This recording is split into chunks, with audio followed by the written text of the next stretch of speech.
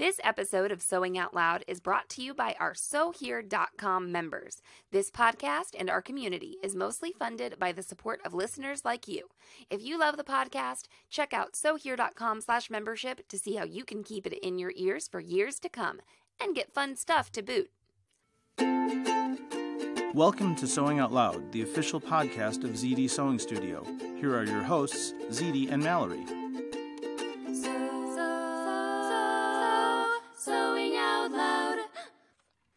Hello and welcome to the podcast. I'm Mallory Donahue. And I'm Zede Donahue. And we're going to talk about Mom's latest aerial costume. So you have 3 now. They're hanging up over there. I know. I have like a library. I think I actually do right now because I brought one up the other day. You brought them up. Yeah. We were like figuring something out. Yeah, I was looking at one for some reason. And so there's like 3 in a row. I have a wardrobe of costumes. And this one, though, is different than the other 2 in many ways, of course. Yes. And I don't think we podcasted about the second one. But I could be wrong. I don't remember. So, yeah. Anyway, this aerial costume, we did. I think we did. You think we did? I think we did. We just had another conversation before we started recording about how we don't remember something else. Right. So... Well, we have too much media going because I can't remember what we talked about. What in? I know. Was it in Zigzagger? A live? Yeah. Or was it in it? Yeah. Right. Was it a live presentation? Did we make Agreed. a YouTube for it? Did we do this? Did we do that? Right. We need a media manager. A content director, if you will. There you go, Could content director. No, that's in my email. We signature. need a table of contents. That's in my email signature. Is content. Is that part of your job description? That's what I said. I am. I don't really know what I am. Yeah.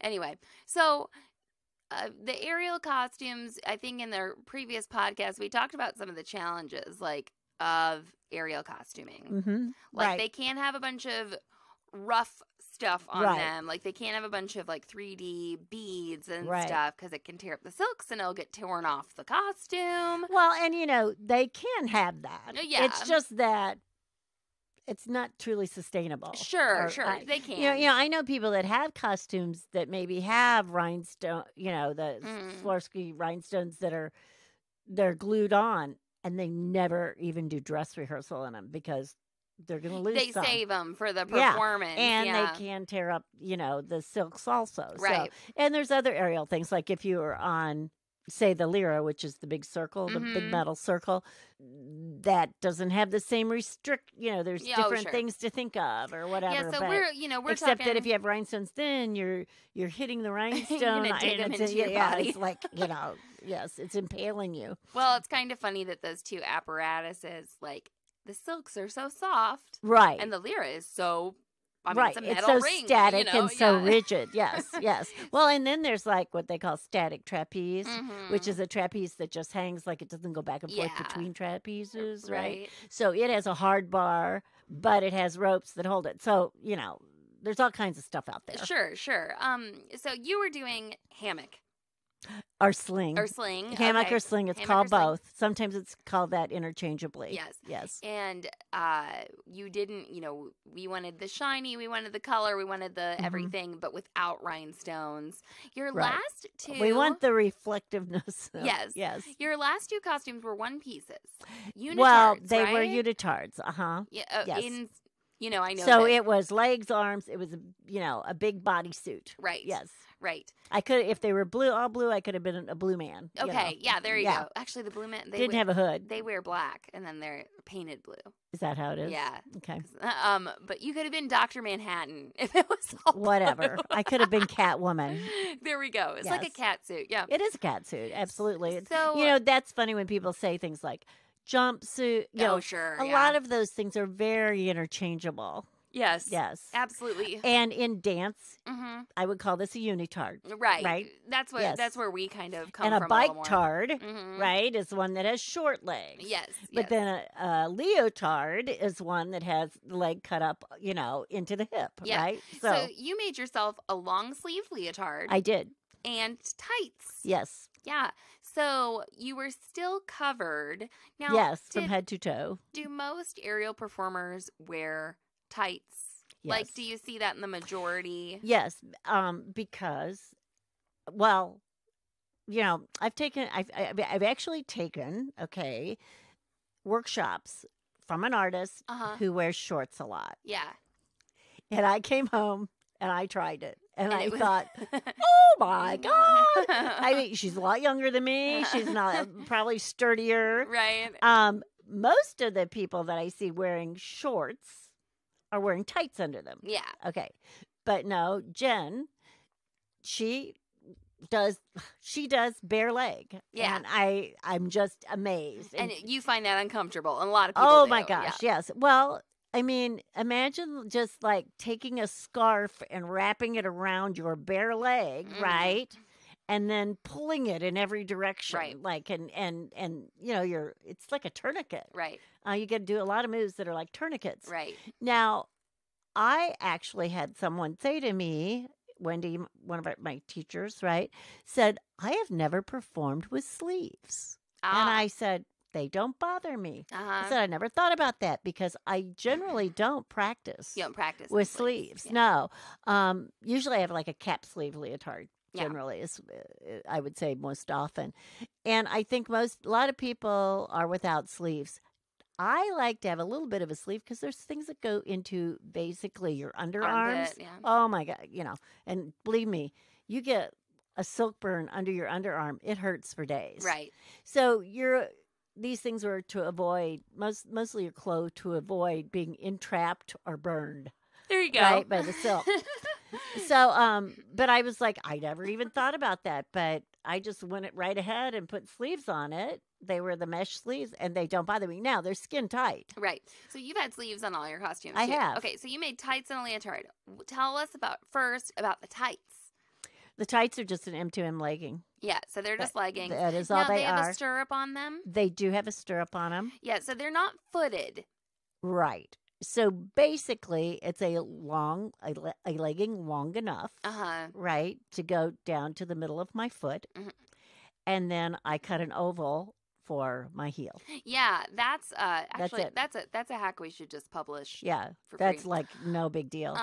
So you just cut an oval in the back of the leg for that. You didn't. So when we kind of say tights here, it's like these leggings were mirroring tights because they were made of a clear, they were mesh. Sheer. They were sheer mesh, and they had sequins on them. Yes. So that was the whole idea. I wanted sequins on my legs. If you listen to the Glitter Tolerance podcast, right?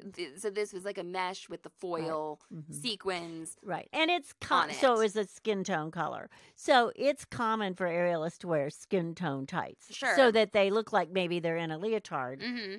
And they appear to have nothing on their legs, but they do. But yours had those sequins on it, so it just added some extra shimmer to your body. Now you got this. When you want that leotard look, so Zede's song was Razzle Dazzle, Razzle Dazzle. Yeah, so it's that song from Chicago, but it wasn't sung. How can they see? Who was it? She sang on Broadway. Okay. It was Shirley Bassey. Okay. Yeah. So it wasn't like from the original Broadway cast recording. It wasn't Richard Gere. Yeah, wasn't no. But it was. And I wanted a female. Yeah, it was a really cute. Yeah. It was a really cute.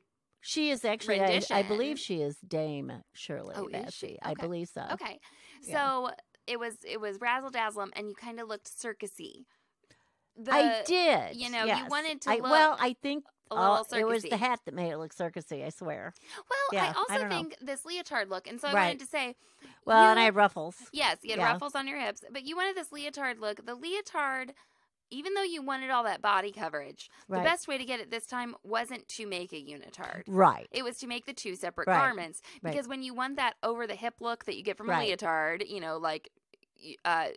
that's harder to get in a unitard. Right. You wanted a different look when you made the unitards. Yes. You wanted that full, uninterrupted line. Uninterrupted body. There. Right. So anyway, if you want to know a little peek into how to make the unitard, we just did the Eliminate the Front Seam from Your Leggings broadcast over in Zigzag Land. So if you're a zigzagger, make sure to go check out that broadcast. So all my unitards is a leotard, basically... Up. Right, mashed up to M2M leggings. Right. Yes. So you made those tights, which making tights from the made to measure leggings pattern is so much fun. I mean, it is so much fun. Putting the foot on them, Right. I give the instructions on how to do that in the February 2019 zine. It is like so empowering because you get to make your own tights. Anyway, right. Now you that is actually your tight interpretation has the seam down the back. Yes. And I decided not to do the You seam didn't down worry the back. about it. Yeah. Well, I actually made the decision because I didn't want to have to worry about keeping the seam straight. Well, you also don't want to put that oval right on a seam, the oval right? would be on the seam. But Yeah. I mean, I said I just cut it out, but I also do Yeah, it. you serge it. Yeah. But I didn't want to have. Now I can think of instances where in costuming where I would want the seam in the back. I did not want the seam in the back this time. Well, I have to say that it just stays straight. You don't have to Does worry it? about Okay. it. Yeah, it really stays in place. Well, good. Yeah, That's good to know. Because I wanted to. No, that's really good to I know know. you thought And I wouldn't worry about cutting the hole through the seam either. Oh, you wouldn't? No, I think just that thought, would be fine. it'd be easier. But I guess what this was the first time I used this fabric to make a tight. Yeah. I didn't want to have to worry. I kept the seam on the inside because I did want a continuous look. Right. I really kind of wanted it to look like my leg was nude and somebody put rhinestones on it. You had a rhinestone That's leg. what I wanted it to look Okay, like. so the leotard. Okay, this is where the fun stuff comes in. Okay. I think. And I guess we should take a quick break before we talk about the leotard. Okay.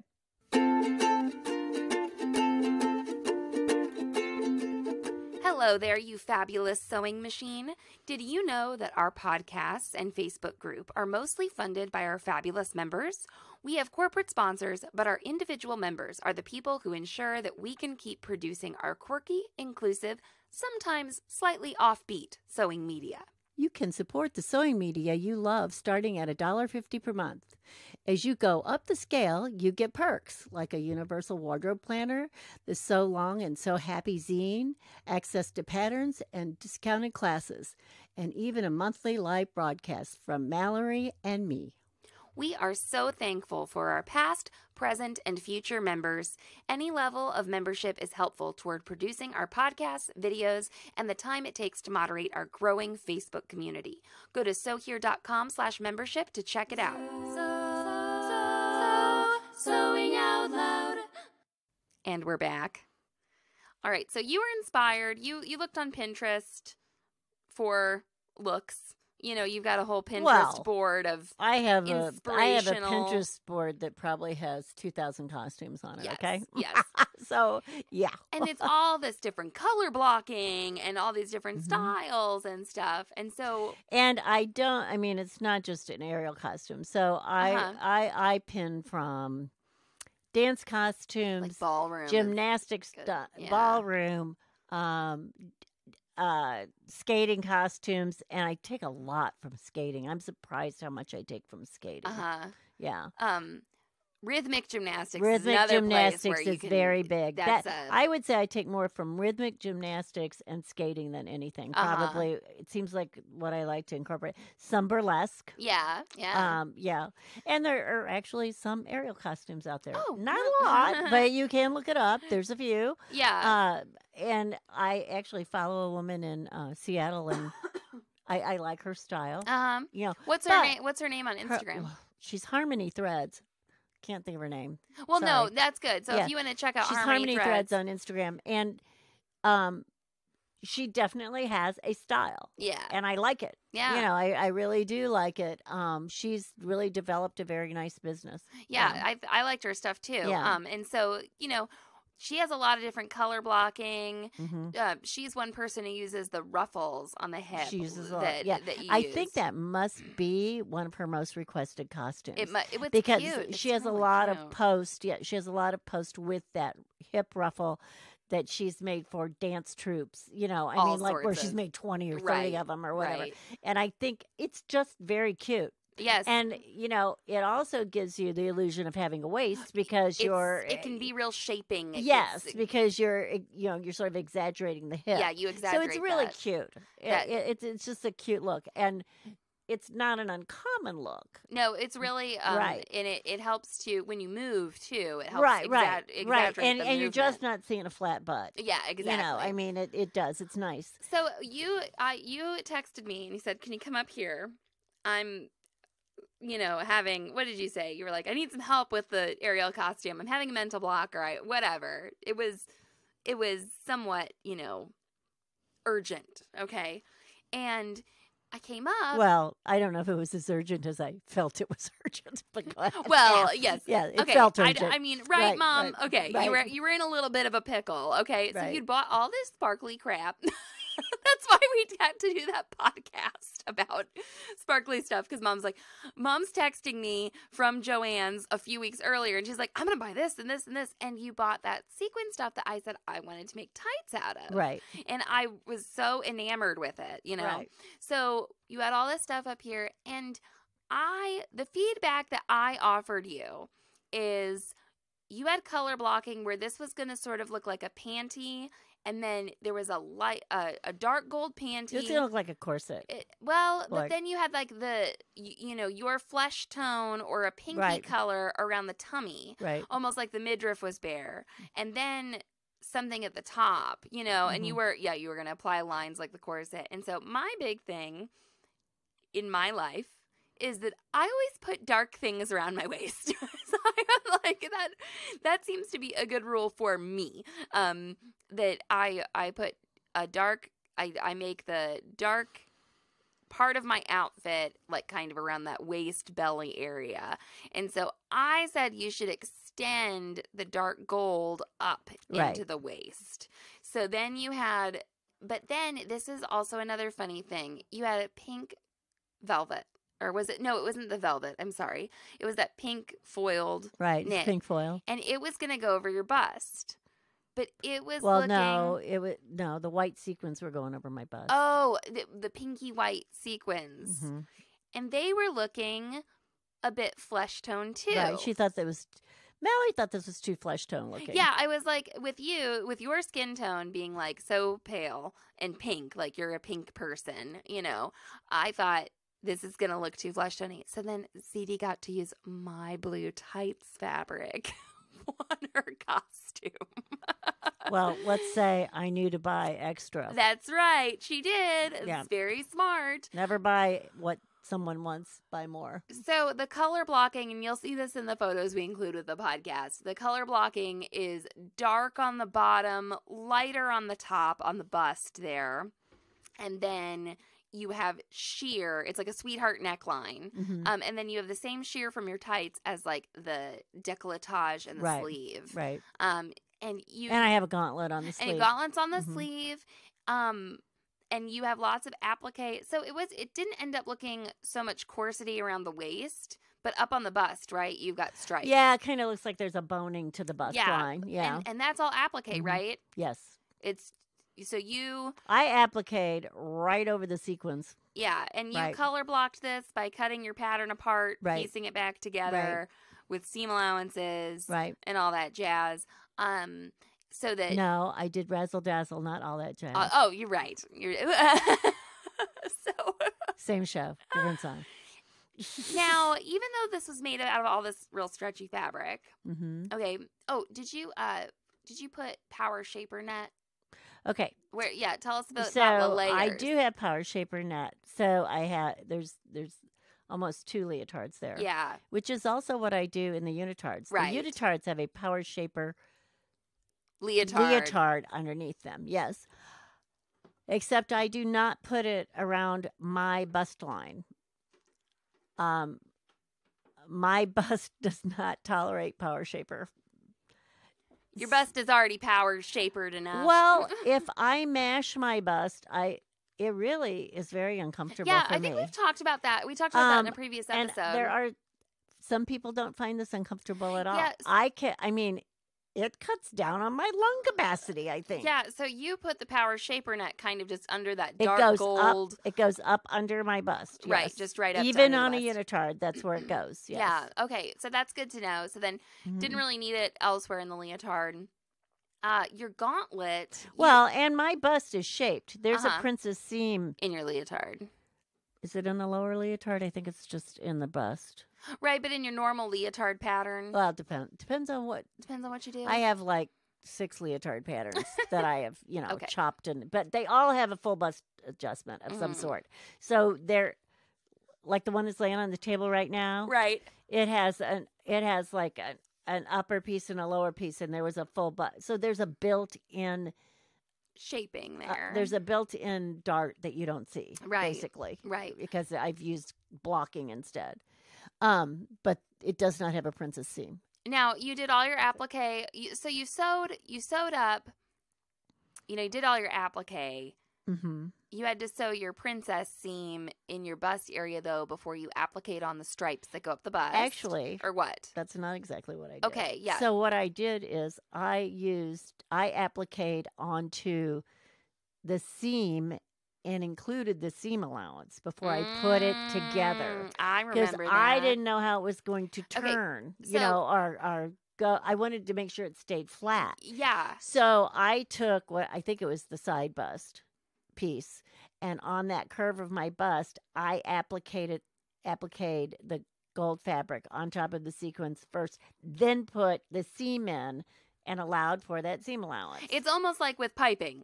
Okay, yes, you put it on the seam. Except it went flat it's not to one piping. side. Yeah, right, it was like right. an applique. It was like inserting something in the seam. Yeah, yes. So instead of appliquing, because once you sew that princess seam together, the garment becomes very 3D. Right, right? It has a cup shape. Yeah, it doesn't lay down on the table, right? And that's not what we want it to cup and, around your breast. It may have worked out fine because that was a stretchy fabric or whatever. Sure. But I also knew that I had drafted this pattern to fit me perfectly. Mm-hmm. And I did not know if bringing that over that seam and making it fit would in any way mash and me. you didn't have to. You could just that's a really that good right. That's a really good point there. And then the other, there's another stripe that's appliqued on, but it was not in a curvy place. That was the seam that went over the bust line, Yes.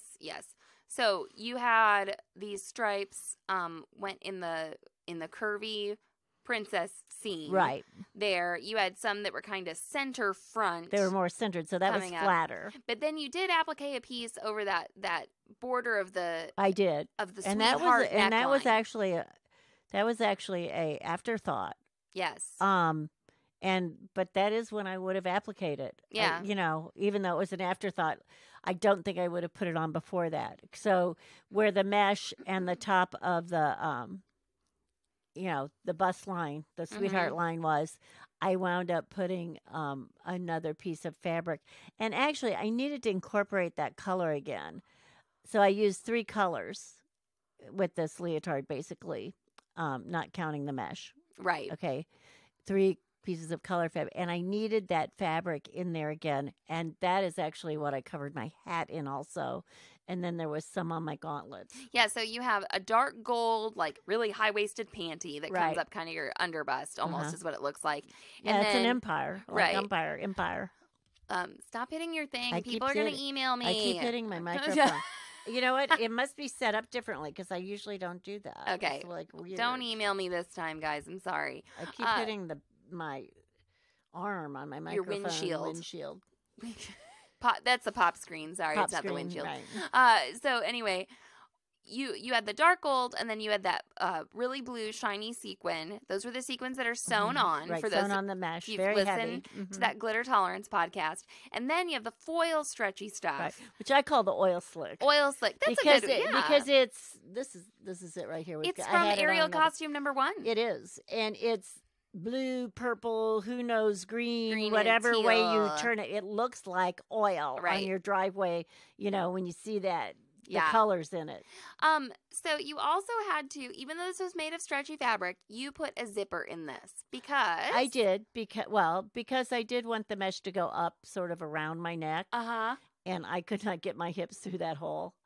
Yeah, and you had long sleeves, too. And I had long sleeves. I could have left a keyhole in the back, and that is not uncommon in a costume like this. You'll see that a lot in Ariel. You'll see it a lot in skating, an ice skating costume or ice dancing costume. Right. You will see the keyhole. The zipper was it's just easy for me to put in. And now you put in an invisible I put in an invisible zipper. it is honestly less noticeable than the keyhole. Right. So, no, well, you didn't. I watched the performance. You didn't even think about it. Right. Now let's talk about those hip. We keep calling them ruffles. They're actually flounces. They're flounces. They're flounces. Now, oftentimes ruffles are put there. Ruffles too. are fine too, right. but technically, I use flounces. Yeah. Right. So you use these 3 colors in the costume, and then you add 3 layers of flounces. Right. So the flounces go on the hip where that dark gold is. Right. So the lowest flounce was the oil slick. Uh-huh. And then the gold. And then the gold. And then the blue. The blue. Uh-huh. The so, aqua teal, more or less. It's actually more green than blue, I think. Well, I don't know. Whatever. It's that color right there. Do you think? Yeah, I think that's blue. Yeah, it's a teal. Okay. It's a mixture of blue and green. Yeah, I think that it's blue. Well, and it's reflective, so it changes colors. When you put these 3 colors on there, this is like a decision we had to make, the order, in which they go. And I said that the gold should go in the middle, so it was viewed as like a separate layer. Right. Now, if you didn't want it to look like that, if you wanted to look like you were wearing like a skirt almost or something, you can get different effects depending on the values of layered ruffles and flounces like this, depending on if you're just using Someone had all said the to me, same. "Oh no, you want the gold on the top so it looks like there's like a petticoat underneath." And I thought, not particularly.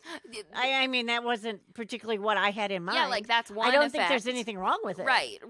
But that was not exactly what and a lot of times people will are only using 2 colors. Uh-huh. The body of the suit, and maybe there's an accent color. Yeah, so I just you get to choose. Right.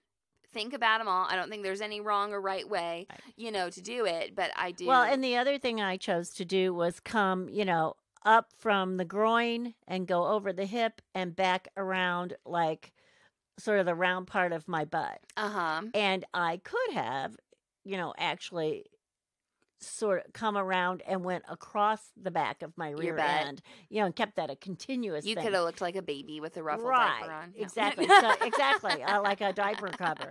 But instead I had 2 separate sets of flounces on each hip. Those ruffle butt, like, panties are really popular in a lot of lingerie groups, and all I see when I see them are when that former employee of ours, Linda, was making all those ruffle things diaper covers. Well, and there's another thing that's fairly popular in aerial, or I think even in yoga right now, and it's that gathered butt.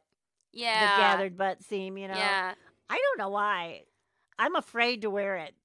I don't think, I like it on other people, but I agree. I don't think, I would make that, for me. I've seen bathing suits like that, too. And it's just, I don't think. You made some burlesque costumes like that, I did. I'm like, I don't think my butt would look good in that for whatever reason. It's like the shape of my butt or something. I think I need to make it to find out. Yeah, maybe we should just go try some on.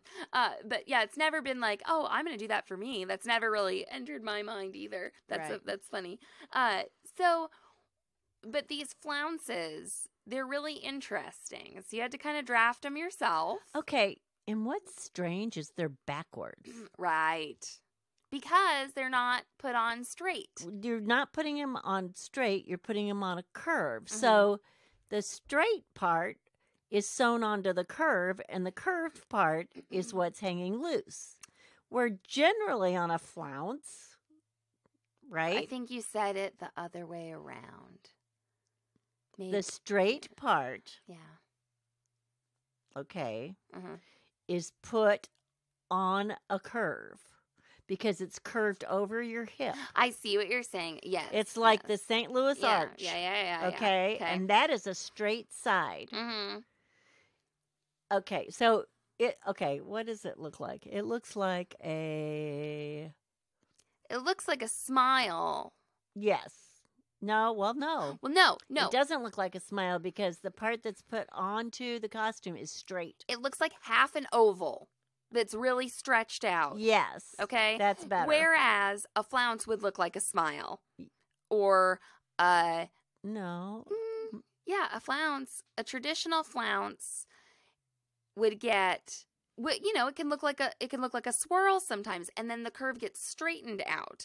But you're saying your straight part gets curved as it gets sewn onto the garment. Yes. Okay. Which was kind of funny for me because I had it backwards in my head at first. Yes, because that's how.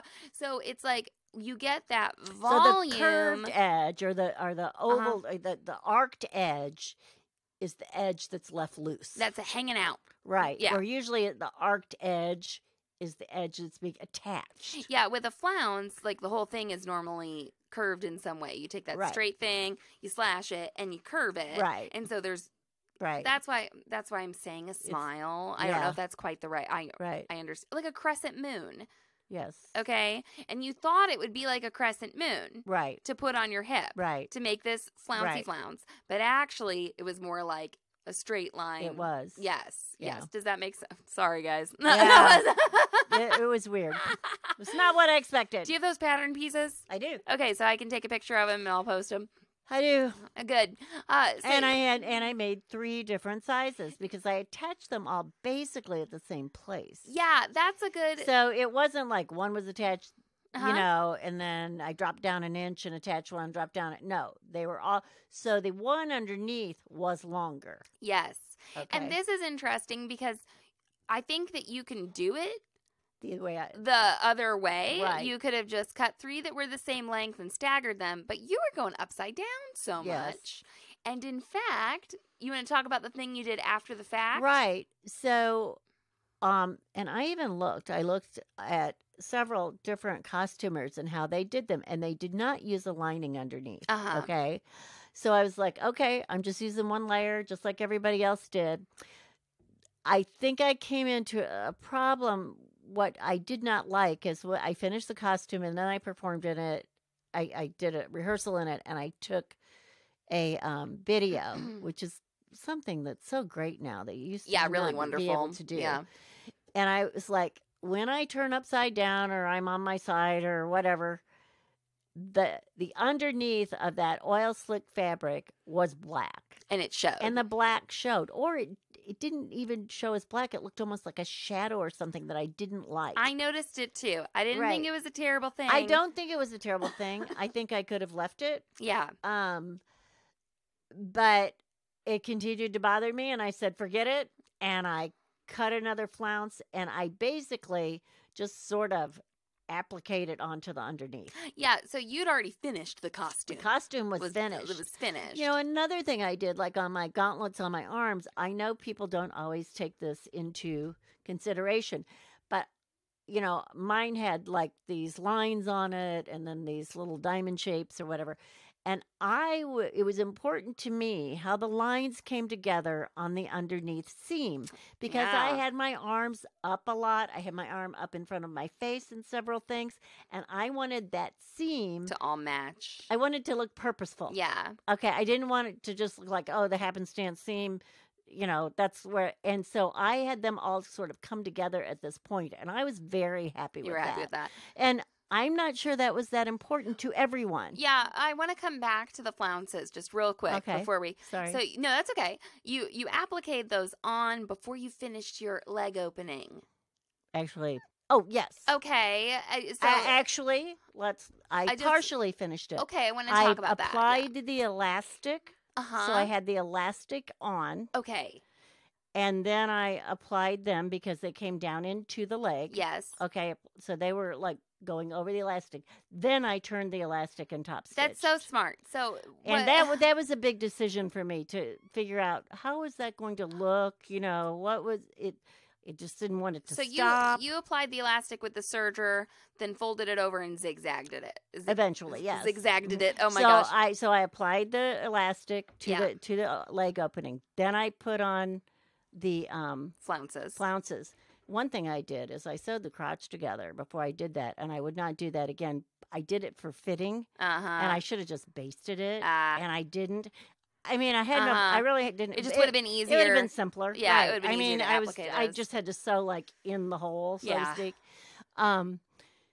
So yes. So I was like, how do I end this flounce at the leg? You know, how am I going to end it, make it still look finished, make it still look okay or what? So that was my decision, was to put the elastic in the leg, then put the flounce on. Yeah. Oh, wait, I would have had to do the crotch because I put the elastic in the leg. Well, you could do the elastic without doing the crotch, I guess. Yeah. But we don't. No, I think the way I did it is how I would have to do it. Yeah. Yeah. It would have been really bulky there to do that elastic. Yeah, like that. I wouldn't have wanted to. Right. Yeah, I wouldn't have wanted to do that. So, but I mean, it was not hard to sew. Yeah. So what this does, the other way Mom could have done this, I just want to bring this up. You could have applied the flounces and then the elastic, but you would have been applying that elastic through all those layers. Okay, everybody. So she's avoiding applying elastic, right, while she has like fabric flags sewn into her leg opening. Right. Okay, so that's why she did it that way. I also didn't have to worry about where those flounces were. Yeah, while I was sewing. Am I going to sew them down? Didn't have to worry about them at all. Yeah, and it still looked really finished. Right. So it was. I mean, it's the best. In my opinion, it's the best way to avoid all that bulk and everything. So I just wanted to bring that up. And I think that we saw a few costumes that actually, I don't know what order the person did them in, but they had fabric bands. Yeah, instead of having the elastic of the leg, they had the bands, and that might not be a bad idea either. It's something you could do. Yeah. I don't think it's a bad idea. So then at the all. flounce didn't really look like it extended into the fabric band, of course, because so that fabric band was over that flounce, so to speak. I think the way you did it is maybe like the simplest almost way, because the fabric band would have to be applied over all those flounces, and you have to worry about where the flounces were, and all that jazz. But and that all fabric that fabric is not thick either. It really really isn't.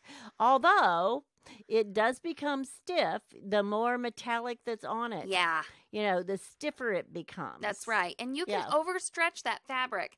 That's another Zigzagger live broadcast. When you get some of these stretchy fabrics and elastic, you think, oh, I'm just in heaven, elastic, yay, it's going to snap back.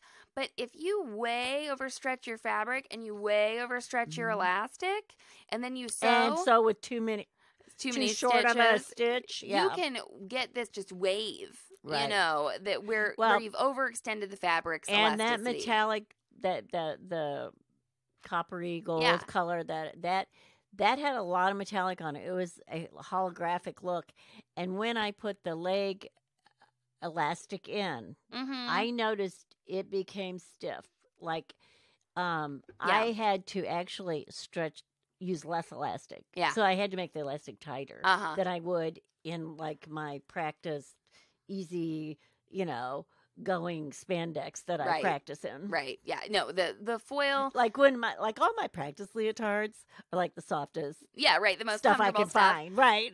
Yeah, that foil, it can complicate things. Yeah, I would not. Well, oh no, I took the sucker off between. There were 2 shows in one day. I took it off in between. I wasn't going to sit around in it. Right. Yeah. Let's talk about your hat. Yeah. Are we ready to talk about the hat? Yeah. Okay, you talked about the gauntlets, and I think we're ready to talk in about the hat. fact, a hat was probably part of the inspiration of the whole thing. Oh, okay. I wanted to do sort of a character piece. So I have a strong dance background. I wanted to use that, and I wanted it to be happy. Okay? Yeah. And, sort of sassy and Razzle. Actually, I had costume Razzle Dazzle 2 other times in my life. But they had a lot of. So you were ready for your turn, except right? they all had fringe. Like I couldn't do fringe. So anyway, oh, maybe that's a challenge we should. So I had this in my head, Razzle Dazzle. I had a couple of things in my head, I had 2 or 3 things in my head, and then I looked over and I saw this top hat that I'd actually bought for Elliot for his dance costume.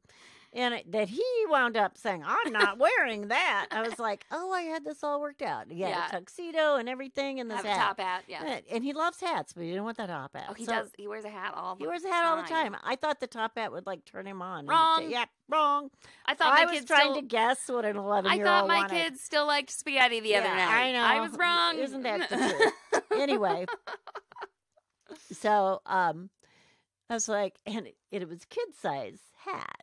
And when I put it on my head, it stayed on really well. Yeah, real tight. So nice this was part of it, was how do you keep this hat on and do aerial stuff, right? But I put it on, it kind of stayed on, and I was like, oh, well, I'm taking this into the studio, and I'm seeing how much upside down or right side up or to the side stuff I can do in it. And I had also planned on knowing that I would probably take it off at some point. Right. Because I knew it wouldn't stay on during every single thing that I probably had planned to do or thought I wanted to do.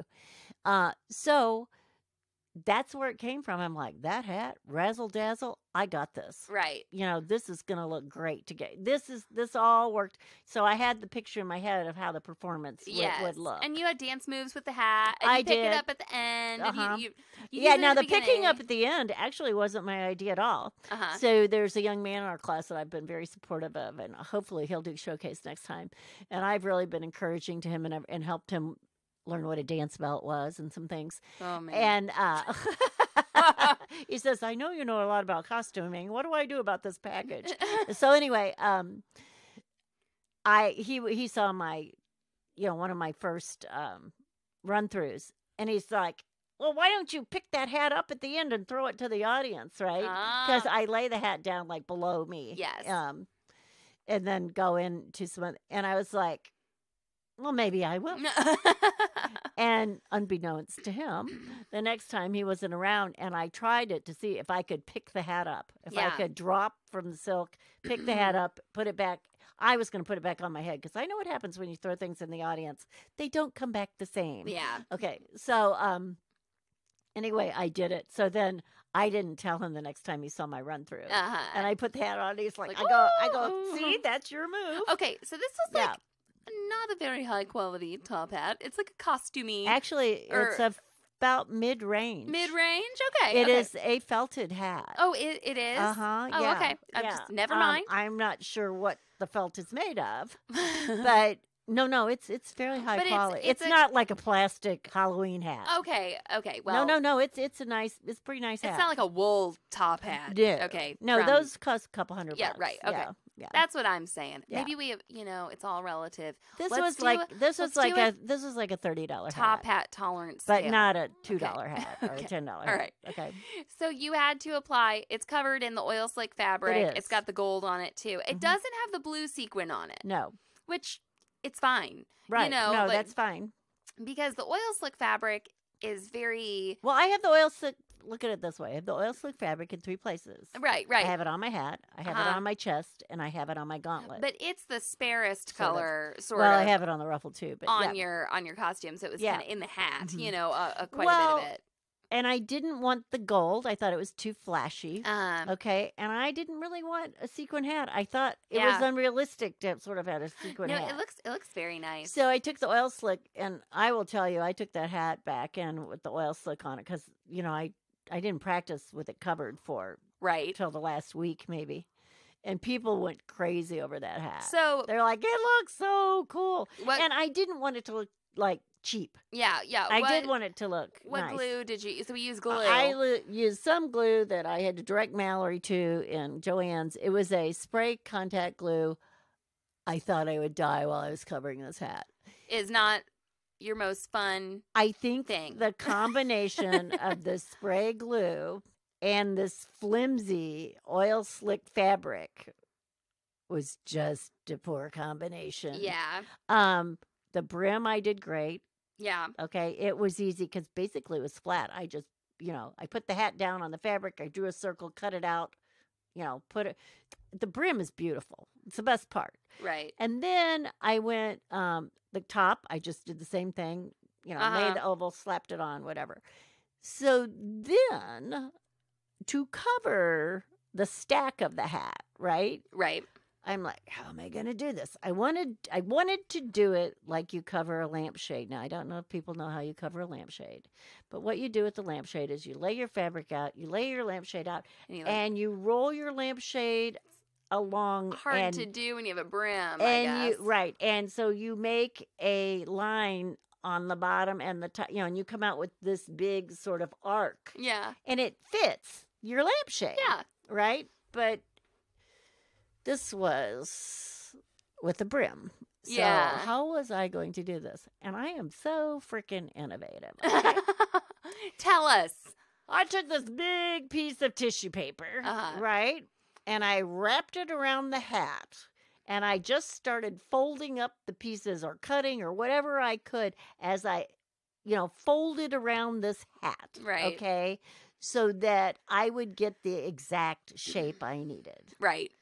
And I got it. Well, and that's kind of, okay, I mean, this might be a little bit of a stretch, but like, you know, that's how you pull a hat when you like make a felt hat. So you have your hat block and you get your felt wet and you're like pulling it around and trying to find the shape. Now you that's your hat. It's not your pattern piece, but it reminds me of that process. But I just so finally I wound up with this piece of tissue paper that wrapped the hat exactly like I thought I wanted it wrapped, and I made sure to make where it was going to have a seam.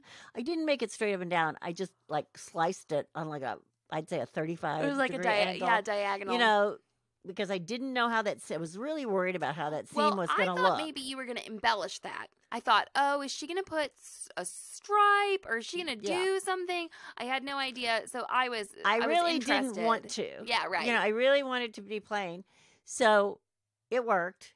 And then what I did where these seams came to, so along the edge of the brim, I took the holographic gold and basically like took, I guess it was an inch strip, and glued that on like you would use bias, like a binding, right? Yeah. And I did that on the rim. I did that on where the stack met the top of the hat, and then where the stack met the brim at the bottom. It was perfect. Yeah, and you also had to line. It wasn't overdone. The underside of the brim. Okay, let me tell you how I did this. This is really cool. This is the coolest part.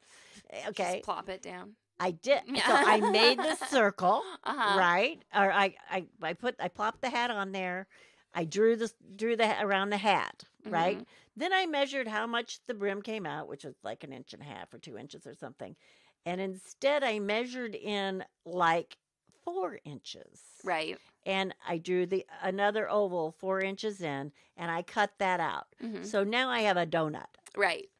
And I sprayed that sucker, and it stuck on itself, and I had to undo it. It was terrible. I had to fight with it. But I showed it to his boss, laid it down, put it on the brim, and then because it was such a stretchy fabric, I just rolled it in with my hands. Yeah, yeah. And so therefore I got like a 1.5, 2 inch color of fabric going up into the hat. Yeah, so that was the under brim. All that was one piece. And right, but you didn't have to, you didn't line like up way up into the hat, but you did have to kind of underline the brim because of being upside down. And, I didn't want like, I threw my head back at one point with the hat on, and I didn't want anybody to see this black, or whatever. Right. No, it was perfect. It worked out really well. And there's the most amazing picture of me with the hat on. This Ralph Horn. Yes, Ralph Horn. Okay, so if you're local to Columbia, Missouri. Oh, my gosh. He doesn't have Ralph take your picture. Yeah, he's a miracle worker. He caught this shot. She's moving in the shot. So this is an action shot, and my hand is perfect. The hat is perfect. Okay, so I'm in what is called a mermaid pose, which has me like facing sort of downward at about a 45-degree angle, and then my head comes up, which apparently stretched every wrinkle out of me that I had. It was like I got like ironed. And no, when I saw this picture, right, I yelled to my husband, "Come here, come here! I look like I'm 30." Right. And I've got very good form. And the thing that's funny about this, is the last picture that was taken of me in the last showcase. One of the best pictures is I was in almost the same. Right. Well, it was a mermaid. It wasn't just exactly the same mermaid. Right. It was very similar. It's a very similar picture. So now they're calling that my signature pose is the mermaid. Well, you'll see all this when you go to the website. Right. So you got to go to SoHere.com, click on podcast, click on Sewing Out Loud. Oh, and I did my own makeup this time, which is the first time I've ever done that. Ah, I see. I didn't do her makeup. I did decide. I'm very proud of myself. I just want to say, I think I designed Zede's costume. Well, what's funny is you talk about all the color, and actually the color was really hard to see on stage. The lighting was not The lighting was kind of funny, but Ralph said he processed your photo to get your colors more correct a little bit. But yeah, it was interesting. Oh, and I emceed the show. Oh, that's right. We haven't said that. In her sequin tights. Oh, and we're going to do an episode. We're just going to do an episode on my outfit from that night. Oh, okay. Is that's what a good I think idea. we're doing. All right, everybody. Well, thank you so much for listening. You'll see all these photos. And actually, if you go to our Instagram, I posted a bunch of these photos, from the performance from some of Mom's practices, a little bit of the construction up there. It's on our Instagram, but I'll put them all in the show notes too. All right, everybody. Thank you so much for listening. Zede, take it away. So long and so happy. Thanks for listening to Sewing Out Loud. For even more expert sewing advice, visit sewhere.com.